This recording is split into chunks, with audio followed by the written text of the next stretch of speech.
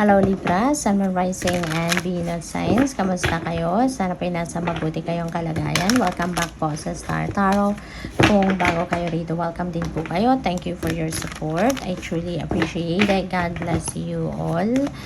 Libra, paunang mensahe po ninyo ay Queen of Winter. Ayan, all your life experiences have prepared you for this moment of truth.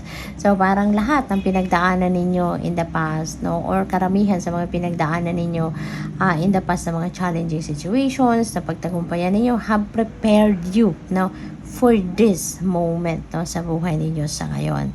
At also, sabi dito, it's time to declutter your home. Clear away situations that are not working for you anymore and disengage from people who create more drama than happiness. So, napakaganda. Magkakaroon kayo rito ng parang pagsala, no? Pag-re-evaluate ng inyong sitwasyon sa buhay, pag-evaluate ng inyong mga relationship with your friends, diba? With your person, love life kung meron. So, ngayon parang i-examine ninyo ngayon ang mga relasyon ninyo.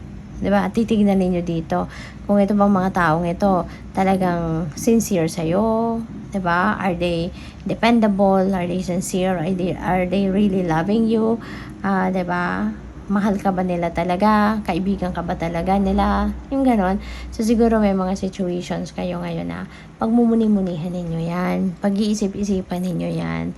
At makikita ninyo ngayon din kung sino din yung mga taong talagang nararapat na maging parte ba rin ng buhay ninyo, no? So, pwedeng ganon.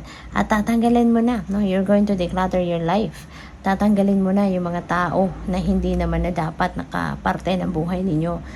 Yung mga tao na nagpapanggap lang, mga taong nandiyan lang sa inyo kapag kailangan ka, pero kapag ikaw may kailangan, wala sila, or hindi mo matakbuhan, yung mga ganun ba? So, yun, parang may evaluation kayo ngayon. May pag-examine kayo, no, sa inyong mga relationship ninyo.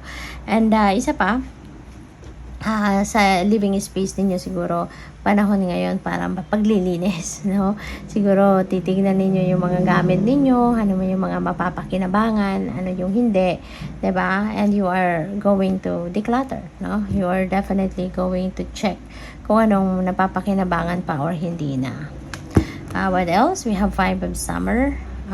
Meron kayong siguro pinagdaanan sadness, meron kayong mga pinagdaanan challenging situations sa buhay ninyo na ikinalungkot ninyo ng bonggang-bongga at maaaring hanggang ngayon, ano, for some of you siguro may konti pang bubog yan sa dibdib ninyo, meron pa rin kayong ikinakalungkot, meron pa rin kayong pinoproblema, yung ganon. Kaya ang advice sa inyo, just project positive outlook in life, project positivity lang kasi hindi naman talaga lahat ng journey sa buhay maayos. Wala namang perfect journey, no? Lahat at some point sa buhay natin nagkakaroon talaga tayo ng problema, nagkakaroon ng mga dissatisfaction tayo. But that's part of our journey, 'di ba? Walang perfect journey in life. Lahat merong dadating na problema, obstacles. Kaya i-embrace na lang natin, no? Whatever it is that is happening sa buhay natin, let's just embrace it. And lahat naman nangyayari sa buhay natin, that's for a reason. Lahat may dahilan yan, lahat may rason yan. Even yung mga problema na dumadating sa buhay natin, there is a purpose for that. Kaya dumadating sa buhay natin. Kaya ano man na nangyayari sa buhay natin, tanggapin na lang natin yon.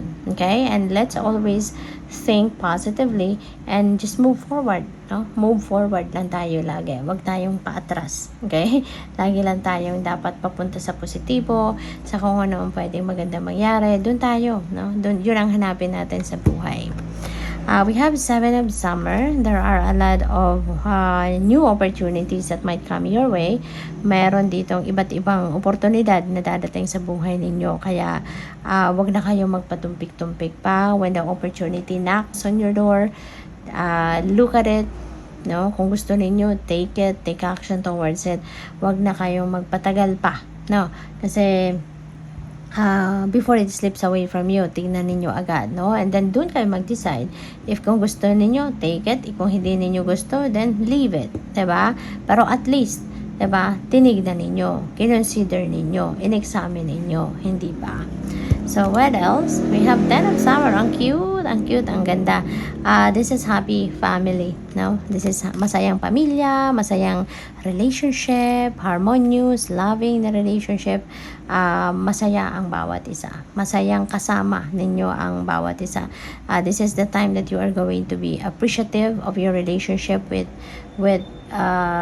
every family member. Masaya kayo, even your relatives, your friends, 'di ba? Masaya kayo sa kanila and na-appreciate ninyo sila, no? And also, this siguro ang iba din sa inyo, baka meron ding mga bonding moment na magaganap, no? Baka meron kayong mga pa-party or baka meron kayong picnic, outing, nakasama yung mga kaibigan, kasama yung buong pamilya. So this is happy times, no? Happy times lalo na sa inyong pamilya mismo. So good luck. And by the way, no, I would just like to remind you, no, na please subscribe, like and share our videos, and leave me a comment po kung nakaresonate kayo. At saka maraming salamat, no, sa ating mga subscribers. Thank you for being here, for the support sa mga nagpapadala ng donasyon through Super Thanks. Maraming salamat sa inyo for your generosity at sa hindi nag-skip ng ads. Maraming salamat din. And of course, no, meron na tayong membership po sa channel. So kung gusto po ninyong mag-member, paki-check na lang. So next message ninyo is tidy house, clarity and organization.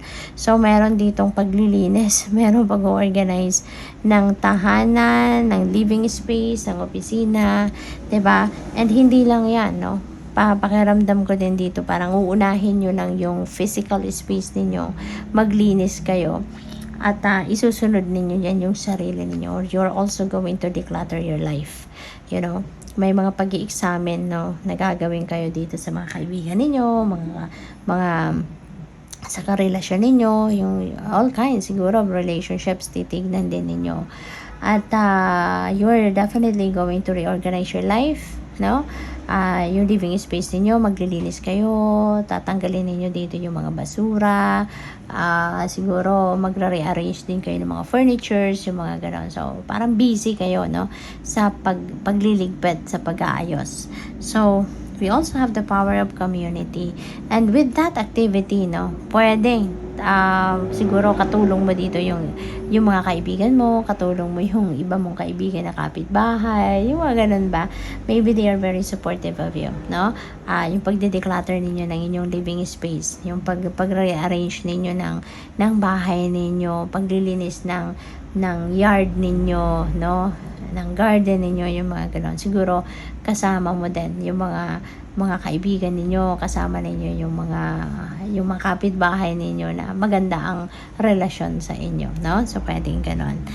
The fates na yan. So ang iba siguro sa inyo rin dito, no, Libra, may experience ninyo rito, no? Whatever it is that you deserve in your life, maaring yun din ang talagang mararamdaman ninyo sa ngayon. You are going to experience it, whatever that you deserve, whatever that is meant for you na mangyari, no? Yan ay may experience ninyo. Yan ay makukuha ninyo, no? Parang tawag dito, nakikita ko or napipick up ko yung energy ng justice, no? Na maybe justice will be served, no, sa inyo, kung ano ang para sa iyo, whatever it is that is meant for you, no, it will come to you. So what else? We have direction, where you are heading. So siguro this is something that you need to think about sa sarili niyo. Pagising ninyo siguro, no, maybe niisip ninyo, so what I'm going to do now, diba? Saan na patungo ang buhay ko? Ano ang purpose ko sa buhay sa ngayon? Where am I heading? Diba? Anong direction ko sa buhay sa ngayon? So, this is something siguro na iniisip ninyo or iisipin ng iba sa inyo para magkaroon kayo ng clear direction. No? Maisip ninyo kung saan nga ba kayo papunta. 'Di ba? Anong direction ang tatahakin ninyo? Saan kayo magiging masaya? Saan kayo magiging fulfilled? Saan kayo magiging satisfied sa buhay and contented, no? So that is something that you need to think about. Okay? Para malaman ninyo, ma-figure out ninyo unang-una kung ano talaga ang gusto ninyo, 'di ba? So, we have Moon Lore, ebb and flow. Ayan. So, siguro, ipapaubaya na din ninyo ang lahat-lahat sa Panginoon. Maybe you are also praying na, God, kayo na bahala sa akin. Lead me towards wherever I need to be. Lead me towards my destiny. No? So, siguro yan ang dasal ng iba sa inyo.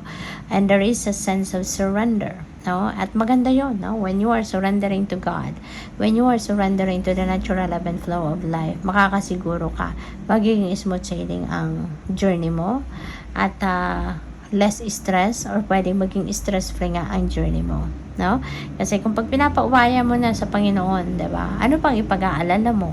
'Di ba? Wala ka na dapat na ipag-alala. Bahala na sa iyo si God, 'di ba? Ang importante, makikinig na lang kayo sa gabay niya at sundin mo kung ano ang gabay niya, 'di ba? Para mapunta ka talaga sa kung saan ka dapat. So, good luck. Thank you for watching. Love and light. Namaste.